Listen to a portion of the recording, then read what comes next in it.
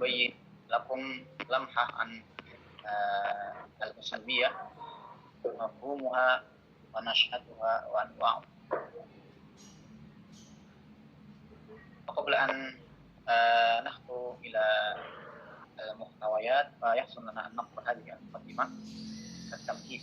فعلماء اللغة بذلوا جهودهم منذ القديم إلى عصرنا هذا على جعل قواعد اللغة مرتبة، فمنهم من يدققون في قواعد نحوية، ومنهم من يدققون في قواعد صرفية، منهم من يدققون في علم البلاغة، بل وحتى منهم من يبحث في أساس لم يبحث من قبل من قواعد اللغة كعلم الأسلوب أو ما يسمى بالأسلوبية. فأصبحت هذا العلم علما جديدا ضمن علم قواعد اللغة. أما محتويات هذا البحث تتكون من ثلاث محتويات. أول نشأة الأسلوبية، الثاني مفهوم الأسلوبية، والثالث الأسلوبية. نحكي إلى نشأة الأسلوبية. فظهرت الأسلوبية من كتابات عالم اللغات السويسري فرديناند دي سويسر.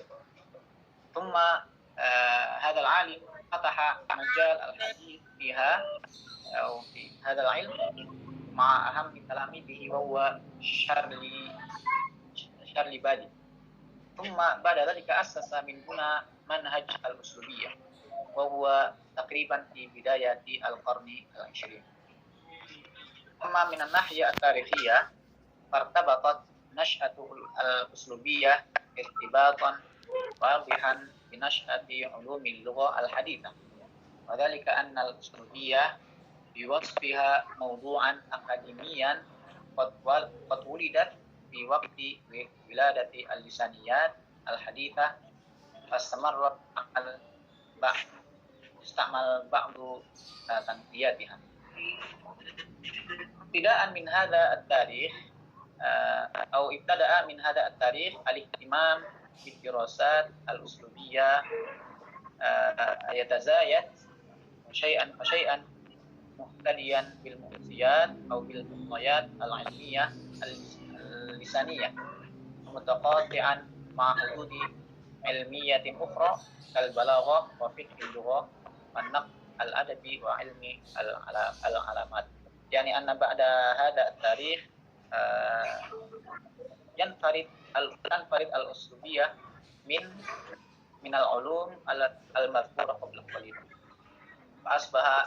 فأصبحت هي علما مستقلا. ثم حيث ظهرت بعد شارلي بادي يعني الذي أسس هذا العلم في كتابه الرائد مبحث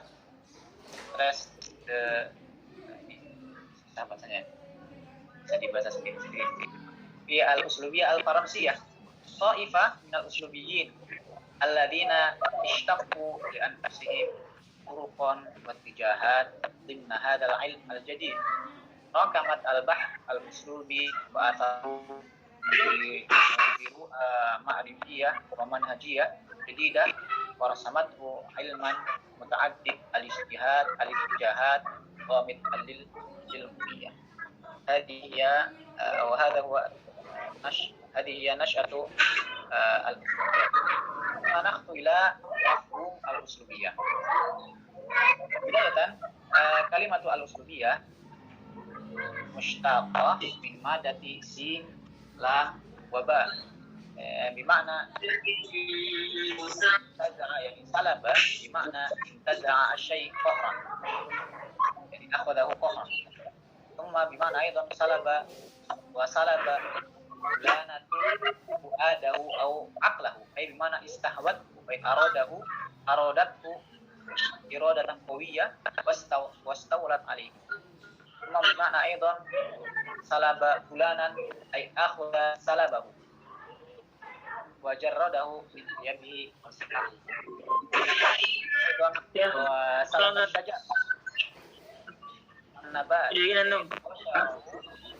au jarradahu min waraqihi. Di mute ya. Wal uslub lughatan bimakna at-tariq atau at-tariq. Yuqal salabtu usluba fulanin fi kada. Bimakna tariqatahu wa uslubahu. Yani anna al-uslub wal tariqah hiya huma yani fi ma'na wahid. وأسلوب طريقة الكاتب أو أسلوب طريقة الكاتب في كتابته وأسلوب الفن يعني طريقة الكتابة وطريقة الفن وطريقة استعمال الفن. يقال أيضا أخذنا بأساليب من القول أي فنون متنوعة من أقوال. أما معنى الأسلوب عند العلماء القدامى ابن قتيبة الأول هو ابن قتيبة الذي ربط بين الأسلوب وطرق أداء المعنى في نسق مختلفة بحيث يكون لكل مقام مقال. هنا يقول وإنما يعرف فضل القرآن من كثرة نظره. يعني الإنسان إذا كان يريد أن يفهم القرآن النظر هنا بمعنى ليس النظر فقط بالعين إنما النظر أيضا في معاني. إذا أراد أن يفهم يجلس مع القرآن ويقرأ في تفسيره فهم مذاهب العرب واقتنانها بالأسانيد. يعني أسلوب العرب ما خص له لغتها دون جميع اللغات. أما معنى الأسلوب عند الجرجاني يرى أن مفهوم الأسلوب يرتبط بمفهوم النظم حيث هو نظم للمعاني. يعني أن الأسلوب هو نظم للمعاني وترتيب لها وهو يطبق بينهما من حيث تنوعا لغويا يصدر عن وعي واختيار.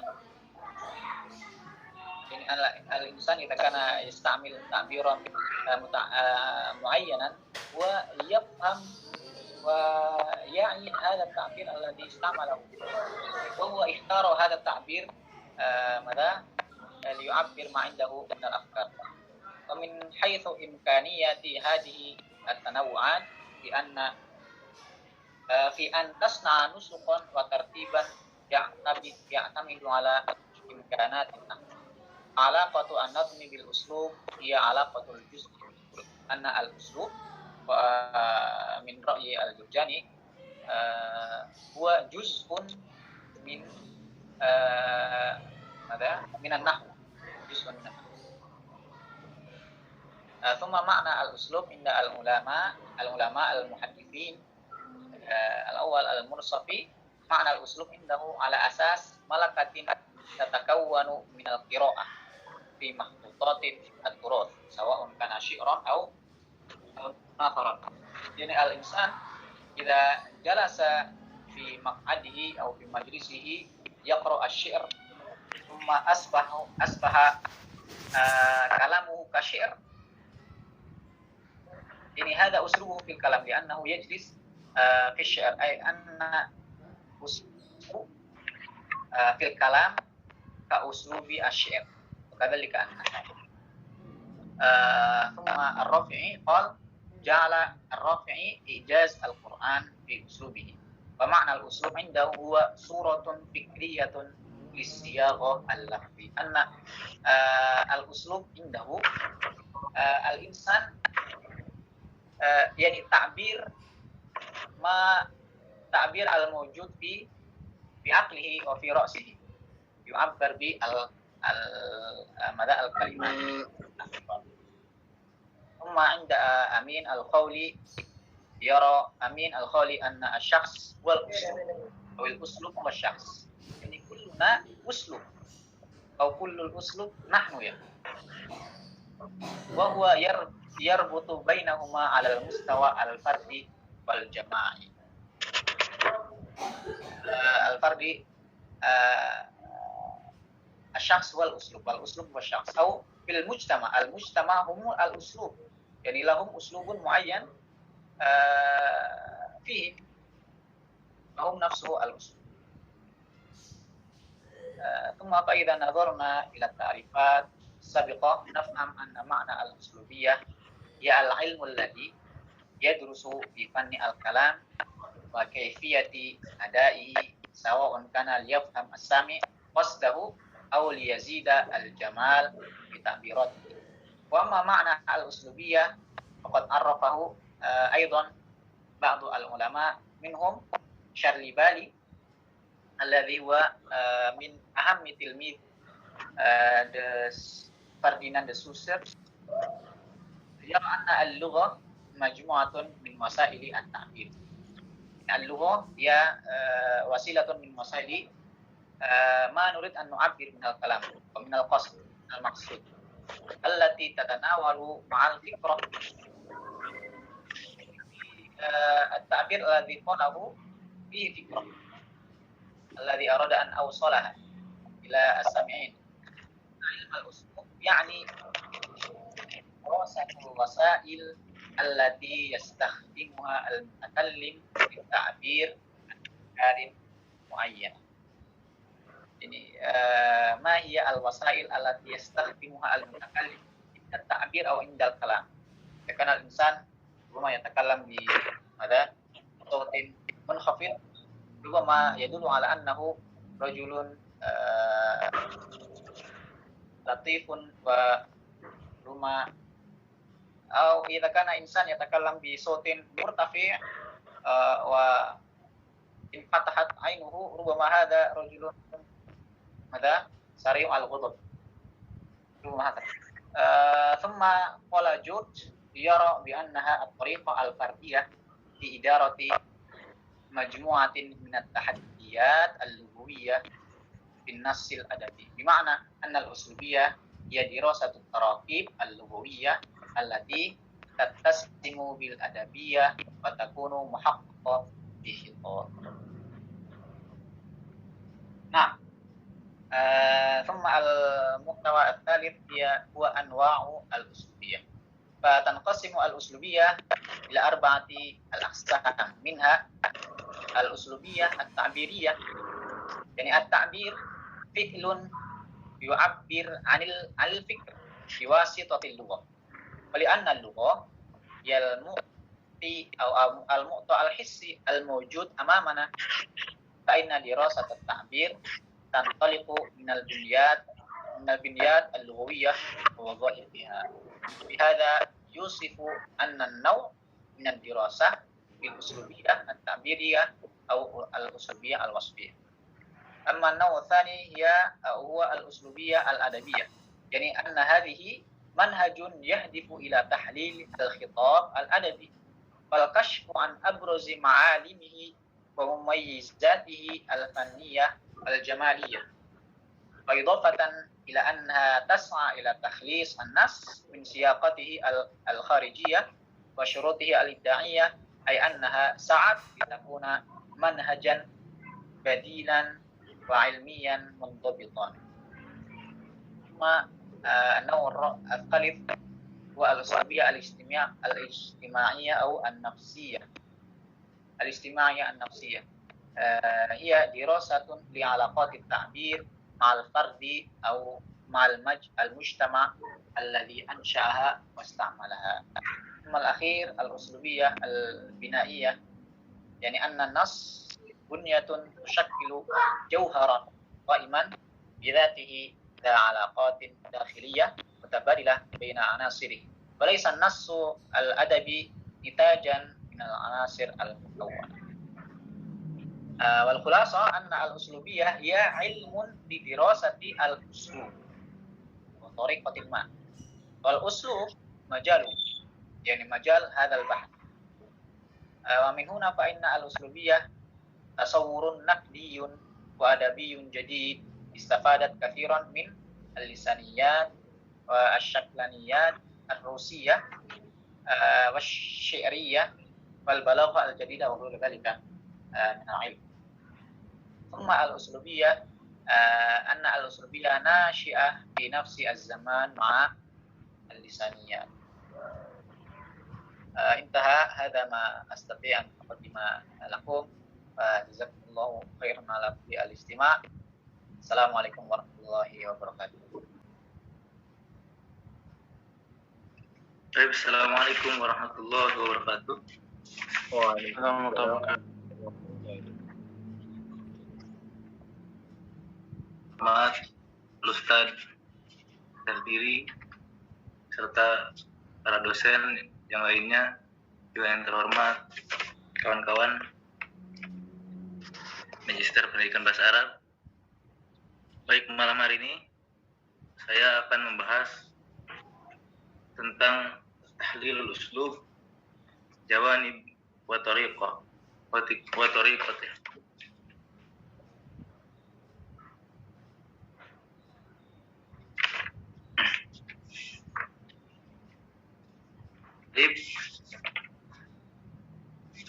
Kita masuk pada pengertian daripada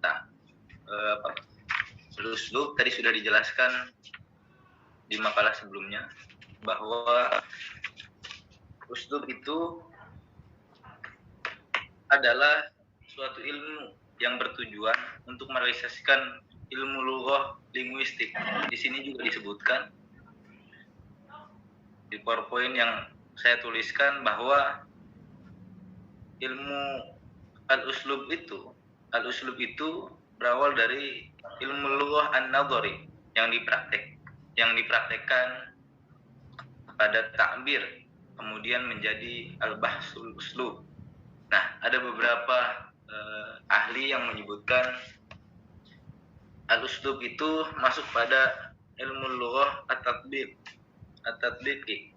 Nah, bagaimana kita tazawu an-nusus, atau bagaimana kita merasakan sebuah teks dengan nadhariyah al-lughawiyah? Maka dengan tariqah wa manahij. Lalu al-uslub juga, misalnya pada ilmu dilalah terjadi perkembangan makna atau tausi' al-makna. Nah, sehingga al-uslub ini diistilahkan, dan pada istilahnya digunakan secara bahasa. Itu adalah suatu metode memilih suatu kata, menyusun kata dalam suatu ungkapan, sehingga nanti kita bisa menganalisis dalam materi bagaimana kita menganalisa suatu kalimat atau suatu kata, yang mana pada kaitannya dengan balaghah. Misalnya kalau di balaghah materinya khusus, misalnya bicara tentang isti'arah, khusus saja satu materi bicara tentang isti'arah. Bicara soal majaz, khusus saja bicara soal majaz. Jadi pada kajian uslub ini, bagaimana kita bisa menganalisa gaya bahasa yang terkandung dalam kata atau kalimat. Karena dalam satu kata, misalnya beberapa ayat di Al-Quran, nanti saya bahas juga, ini mengandung beberapa arti, atau dalam arti kata tersebut mengandung makna di balik itu, di balik ayat tersebut. Nah, ada makna yang dikehendaki dalam pemilihan kata, dalam pembuatan kalimat. Nah, atau untuk menjelaskan apa yang nah, al-uslub ini, tahlil uslub ini, bagaimana kita bisa tahu isi teks atau isi kata yang ada di contoh, nanti saya perlihatkan, atau mempengaruhi pembaca dari kisah, misalnya dari kisah atau dari perjalanan hidup misalnya yang dituliskan dalam suatu kalimat. Lalu makna uslub atau ta'sir al-mutalaqi, ini adalah pengaruh yang diberikan kepada munsyiatun nas, atau orang yang membuat suatu teks kemudian mempengaruhi pembacanya. Jadi manakala membuat teks itu bisa mempengaruhi pembacanya. Tadi ta'rif juga sudah banyak dijelaskan oleh materi sebelumnya. Kita masuk pada al-mustawayat at-tahlil. Al-awwal al-aswat.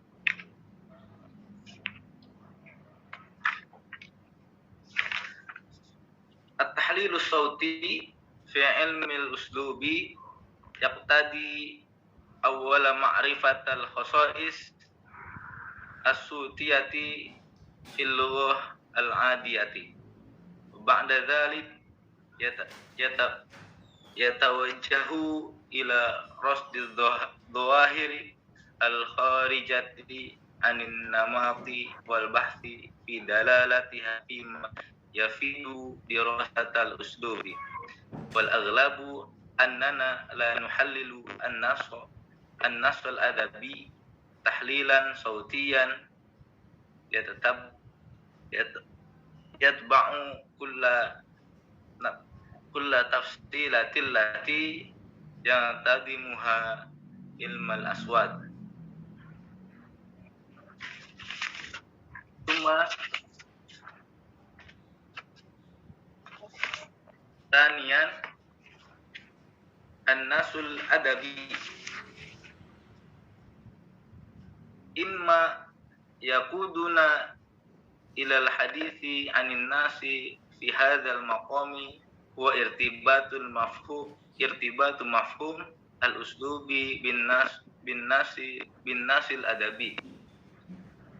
Fasammatu alaqati talazimiyati bainahuma mimma ja'ala al-katsir min al-bahithin yarbitu ta'rif al-uslubi bin nas lianna jawhar al-athar al-adabi la yumkinu nafadu ilai illa abrosya ghatil iblaghiyah. Thumma thalithan at-tarkib. Wa qad ikhtalafa ulama'ul arabiyyati bi dirasatil jumlati faqadamu anmaqaha wa arkanuha wa dalalatiha al-haqiqiyata wal majaziyata wa tabaqu dzalika ala katsiri min nusus wa bi khasati ala al-Qur'anil Karim wa ilmul uslub yara fi dirasati tarkib unsuran muhimman jiddan fi bahsil khasa'is al-mazidatil muallifi muayyan. Nah, ada beberapa poin yang termasuk pada at-tarkib. Yang pertama, darasatu tulul jumlati wa qasruha. Yang kedua, dirasatu arkani tarkib bi khasatil mubtada aw khabar aw fi'il fa'il. Thumma thalithan dirasah rabit kabahsil isti'malil waw wal fa aw thumma aw idan aw ma wa ghairu dhalik. Thumma rabi'an dirasatu tartib at-tarkib. Khamisan dirasatu aw fasailin nahwiyah katadhkiri at-ta'u ta'nits wa ta'rif wa tankir wa ghairu dhalik.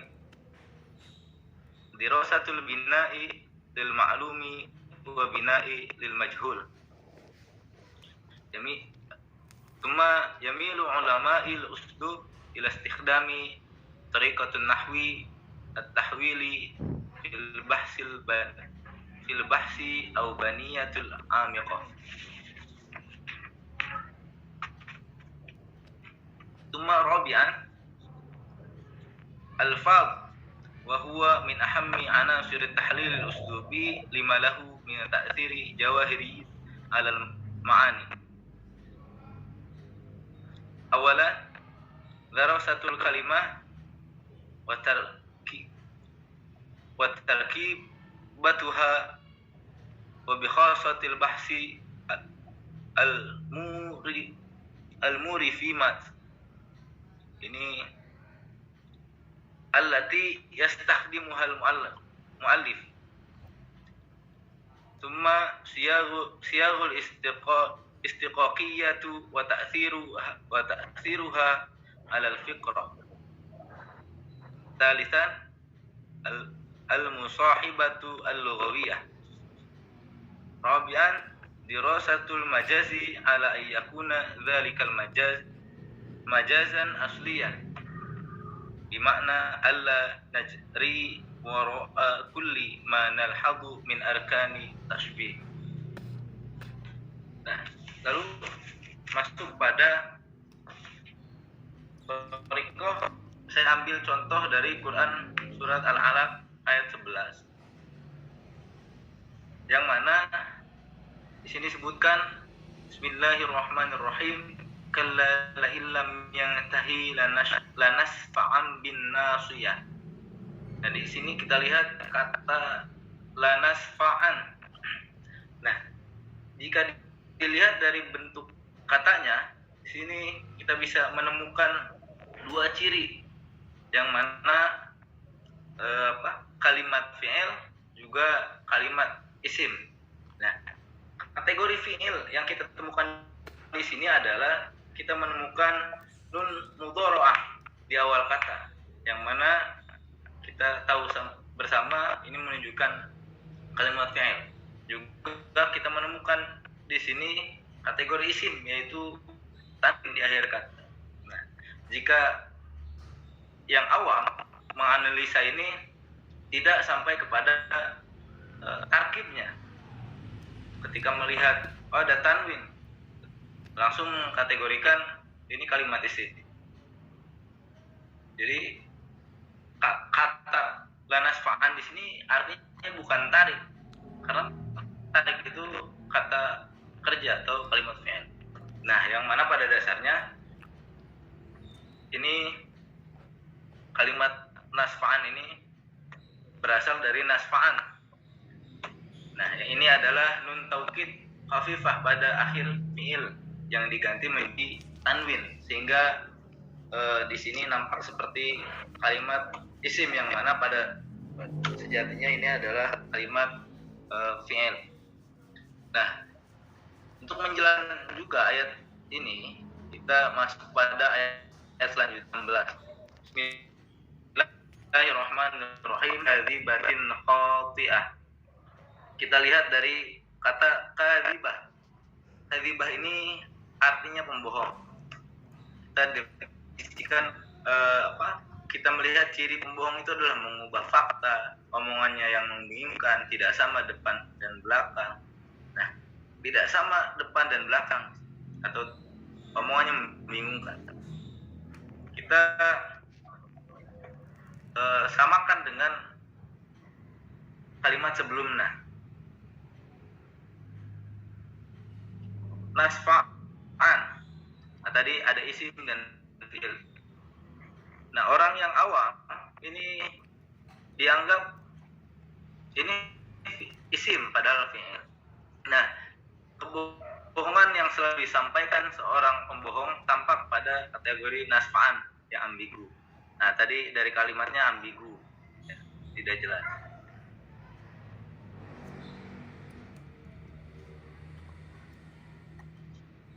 Nah, lalu apa kaitannya dengan nasfa'an juga pembohong? Jadi, filosofi dari arti pada dua ayat ini, jadi siapa yang ditarik ubun-ubunnya itu adalah al-kadzib, si kadzibatin khati'ah. Nah, maka artinya di sini sesungguhnya dia tidak berhenti. Jika dia tidak berhenti berbuat demikian, jadi berbuat demikiannya adalah kadzibah. Niscaya kami akan tarik ubun-ubun. Jadi ini kata kerja. Dilihat dari arti saja sudah terlihat, kadzibah. Kadzibah pembohong. Siapa yang ditarik ubun-ubunnya adalah kadzib. Selanjutnya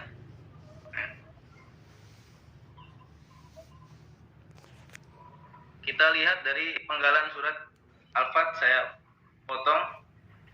Bismillahirrahmanirrahim. Man awfa bima ahada alaihi Allah fasayu'tihi ajran azima. Nah, kita lihat dari kalimat alaihu. Kita baca artinya dulu. Dan barang siapa menempati janjinya kepada Allah, maka dia akan memberinya pahala yang besar. Lihat dari kata alaihu. Nah, sesuai dengan kaidah bahasa Arab,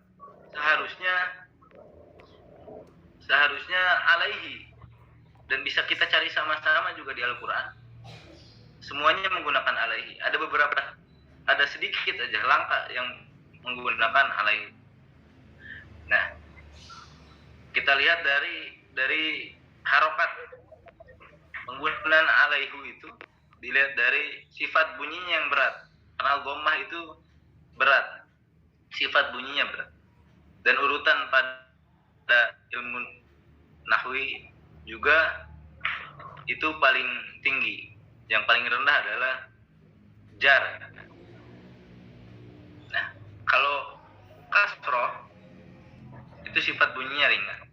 Nah, maka filosofi daripada ayat ini, arti atau makna dari gaya bahasa yang dituliskan pada ayat ini, pemilihan harokat yang langka dan sifat dhammah yang berat menyirat pada makna beratnya menyempurnakan atau menempati janji. Kita lihat dari aufa bi ahda alaihi Allah wa sayu'tihi ajran azima.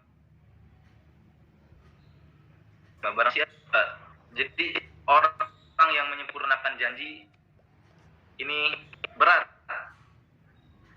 Kita dalam menempati janji kepada siapapun, saya kira kita merasakan bahwa berat menempati janji. Misalnya ada masuk, kita contohkan masuk kuliah misalnya. Masuk kuliah seharusnya jam 7 pagi, kita baru datang jam 10, padahal dosennya sudah ada, malah kita sebagai mahasiswanya yang telat. Nah, maka berat menyempurnakan janji atau menempati janji, sehingga ditandakan itu pada harokat di kalimat alaihu. Nah, saya mengambil contoh-contoh ini dari Al-Quran karena saya kira dalam usdub balaghiyah Al-Quran itu harus membahas mutakallim dan lain-lain, kisah dan lain-lain, karena Al-Quran itu adalah kalamullah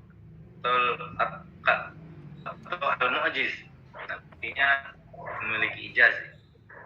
Nah, kita ambil contoh misalnya dalam ayat-ayat Al-Quran, padahal Allah itu sebagai yang menyampaikan, karena disebutnya kalamullah. Nah, sebagai mutakallim, Allah itu sebagai mutakallim dalam Al-Quran. Nah, seringkali penyebutan dalam Al-Quran itu kalimat Allah atau kata Allah itu dengan anna. Misalnya, contohnya innani anallah, la ilaha anallah. Nah, lafaz di sini, lafaz anallah di sini, karena Allah tadi lafzul jalalah, itu menunjukkan bahwa menghimpun semua asma dan keagungannya. Nah, dari lafaz inna la ilaha anallah atau yang lainnya dengan kata anna, ini Allah sedang menunjukkan bahwa keagungannya sebagai pencipta yang harus disembah, sebagai pencipta, sebagai pemberi rizki, sebagai pemberi jodoh dan lain-lain, ini harus kita sembah dan harus kita taati. Nah, arti atau makna dari kalimat yang saya bacakan tadi. Saya ambil contoh lain, misalnya Allahu nurus samawati wal ardh. Allah ini cahaya. menerangi langit dan bumi. Nah, analisanya seperti itu. Lalu dalam hal lain, padahal kita sudah tahu Allah itu zat yang tunggal, tetapi dalam hal lain, dalam beberapa kalimat dalam Al-Quran itu Allah menunjukkan bahwa zat yang tunggal itu ditunjukkan dengan dengan kalimat jama', dalam bentuk jama'. Misalnya kita ambil contoh, inna nahnu nazzalna dzikra wa innahu lahafizun. Artinya sesungguhnya kamilah yang menurunkan, sini nazzalna Al-Quran, dan sesungguhnya kamilah yang menjaganya. Nah, dari ayat ini inna itu menunjukkan kepada Allah inna, kalau ilmu balaghah masuk pada ilmu ma'ani.